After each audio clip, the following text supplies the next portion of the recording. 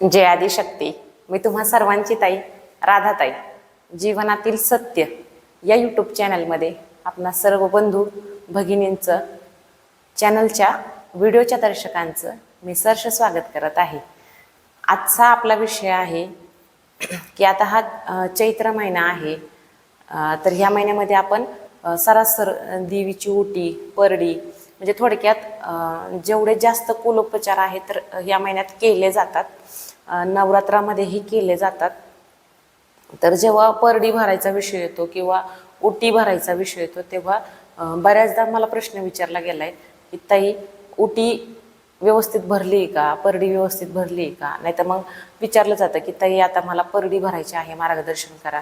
ओटी भरायची आहे देवीची, एखाद्या सुवासिनींची, तर कशी भरावी. तर यावरती आज आपण चर्चा करणार आहोत आणि हा पूर्ण व्हिडिओ त्याच संदर्भात बनवलेला आहे, त्याविषयीच आपण माहिती देणार आहोत.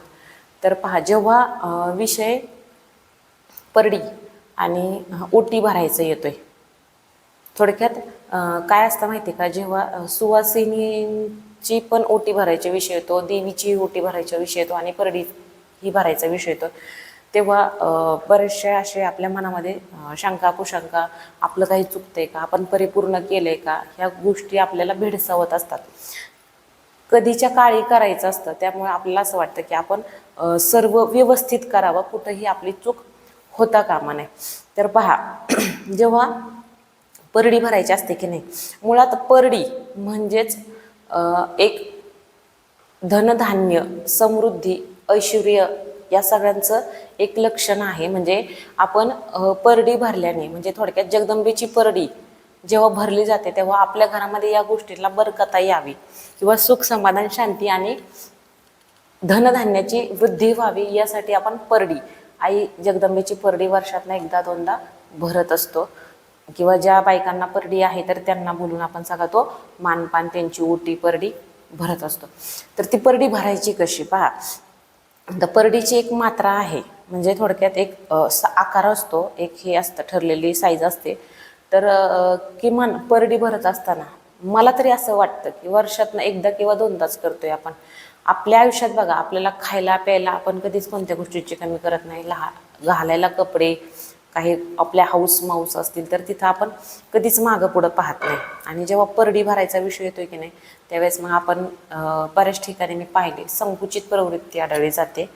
तर काय करायचं आहे बघा, एक माप असतं बघा, 2.5 किलोचं, म्हणजे आदुली म्हणतात त्याला, किंवा पायलीचं, किंवा काय ते असतील जुनी मापं ज्यांना समजतील ते. पण किमान 2.5 ते 3 किलो गहू बसतील. ज्याला शक्य असेल त्यांनी 5 किलो ही घातले तरीही चालते. जेमतेम परडी पूर्ण भरलेली नाही, पण पूर्ण अर्धवटही नाही राहिले पाहिजे, असे त्यात गहू आले पाहिजे. ठीक आहे. तर ओटी भरायची आहे परडीची. तर ओटी भरत असताना काय करायचं आहे, तर एखादा ब्लाऊज पीस, शक्य असेल तर तुम्हाला साडी, नसेल परिस्थिती तुमची तर एखादा ब्लाऊज पीस, त्यावरती तांदूळ, नारळ, ओटीचं साहित्य म्हणजे खारेक, वाटी, सुपारी, ठीक आहे, एखादं फळ ठेवावं आणि त्या पिसावरती नारळ, तांदूळ, ओटीचं साहित्य, या पद्धतीने देवीची परडीची ओटी. त्यानंतर तांदूळ भरावे. त्यानंतर आपण घरामध्ये जे मीठ पीठ खातो की नाही, थोडक्यात गव्हाचा असू द्या, बाजरीचा असू द्या, ज्वारीचा असू द्या, जो परशु असतो आईचा, परशुराम असतो, तर त्यामध्ये पीठ भरावं. काय आपल्याला शक्य असेल तेवढं, तुम्हाला परशु भरून येत असेल तर भरून द्या. 2 उंजळी द्यायचं असेल तर 2 उंजळी द्या, कारण दान हे मोजून मापून केलं जात नाही. तर तुम्हाला शक्य असेल तुम्ही तेवढं देऊ शकता. त्यात मीठ आणि पीठ एकत्र करून द्यायचं आहे. शक्य असल्यास परडीला फूल, हार किंवा गजरा, वेणी, तुम्हाला जे शक्य असेल ते ठेवायचं आहे. परडीमध्ये नैवेद्य घसघशीत भरायचा आहे, पूर्ण अखंड पोळी आणि त्यावरती नैवेद्य, आणि नैवेद्यावरती पूर्ण जो स्वयंपाक बनवला आहे तो भरून, म्हणजे अखंड पोळी हा परडीचा नैवेद्य, आणि जो छोटा नैवेद्य आहे तर तो परशुचा, म्हणजे आईच्या बाळाचा, असा एक पुरणपोळी आणि एक नैवेद्य, असं स्वरूपात नैवेद्य परडीवरती ठेवायचा आहे. थोडक्यात परडीमध्ये पोत असतो बा, तर त्याला लोक म्हणतात टाळू पाजळणे, म्हणजे त्या पोताची टाळू पाजळणे, त्यासाठी, किंवा दिव्याला तेल म्हणून आई जगदंबेच्या ताटामध्ये, परडीमध्ये तेल द्यायचं आहे. ठीक आहे. तेल, ओटी, तांदूळ, नारळ, मीठ, पीठ आणि आपल्याला शक्य असेल तर दक्षिणा स्वरूपात तुम्हाला काय होत असेल 11 रुपये, 21 रुपये, 51, 101 म्हणजे जी तुमची दानत आहे, जी तुमची योग्यता आहे, तुम्ही त्यामध्ये तेवढी रक्कम ठेवू शकता. आईला हळदी कुंकू म्हणजे थोडक्यात परडीला हळदी कुंकू आणि कवड्याच्या माळालाही हळदी कुंकू लावून या पद्धतीने तुम्ही जगदंबेची ओटी परडी भरू शकता. आणि ह्याला पूर्णत्व म्हणून आईला तांबूल नैवेद्य खूप आवडतो, तर तुम्ही त्या नैवेद्यावरती एक विड्याचं पान ठेवणं गरजेचं आहे. अशा पद्धतीने जगदंबेची परडी भरली जाते. आता राहिला विषय ओटीचा. जी सुवासीन तुमच्याकडे येते परडी घेऊन, तर तिची ओटी कशी भरायची आहे, तर तुम्हाला जसं शक्य असेल ब्लाऊज पीस, साडी, त्या पद्धतीने ब्लाऊज पीस किंवा साडी घेणे, त्यावरती तांदूळ, ओटीचं साहित्य, एखादं जमेल तर फळ, त्यावरती गजरा, ठीक आहे, आणि नारळ ठेवणं आहे. त्या स्त्रीला हळदी कुंकू देऊन हे सर्व साहित्य तिच्या ओटीमध्ये घालायचं आहे. यथासांग तिला जगदंबेचं स्वरूप, आदिशक्तीचं स्वरूप समजायचं आहे आणि असं समजायचं आहे की आपण तिची ओटी भरत आहोत. हे बघा, हे तुम्ही किती करताय, काय करताय, याच्यापेक्षा सर्वात जास्त महत्त्वाचं आहे तर त्यामागील तुमचा भाव. ठीक आहे, तुमचा भाव, तुमची श्रद्धा, परिपूर्णता मनाची, या आपण यथाविधी हे पूर्ण करण्यासाठी तुमची श्रद्धा खूप महत्त्वाची आहे. मनातनं करा, मनापासून करा, ते नक्कीच भगवंतापर्यंत जाते. एखादी गोष्ट कमी असेल, नसेल तर फरक पडत नाही. ठीक आहे.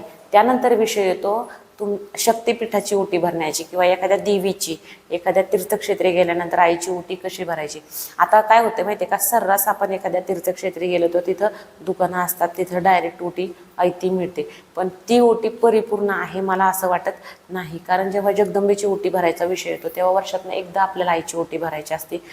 हे सगळं जरी महत्त्वाचं असेल तर मला एक गोष्ट म्हणावीशी वाटते की आपण देवीला किती जरी मोठी साडी नेली, किती जास्त महागडी नेली किंवा काही जरी नेली, तर ती साडी आईच्या अंगावर जातेच असं होत नाही. कधी कधी त्या साड्यांचा लिलावही केला जातो, पण हे ती समोरची स्थिती आहे, त्याच्याशी आपल्याला देणं घेणं नाही.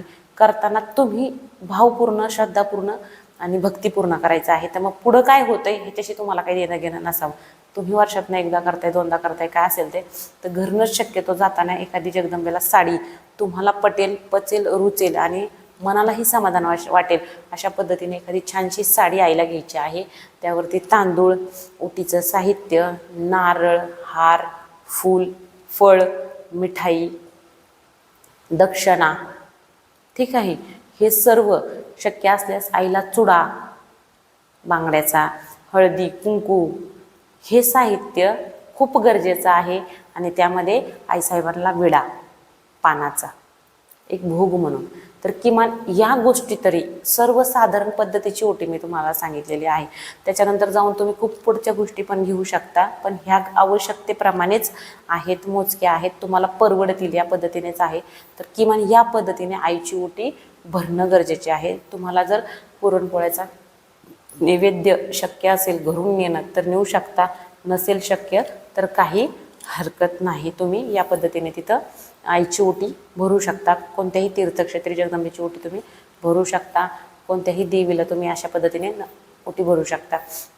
आणि जेव्हा विषय तुळजापूरमध्ये परड्या भरायची किंवा एखाद्या तीर्थक्षेत्री परडी भरायचा विषय येतो, तर तुम्ही याच पद्धतीने परडी भरायची आहे. शक्य असल्यास याच पद्धतीने बघा.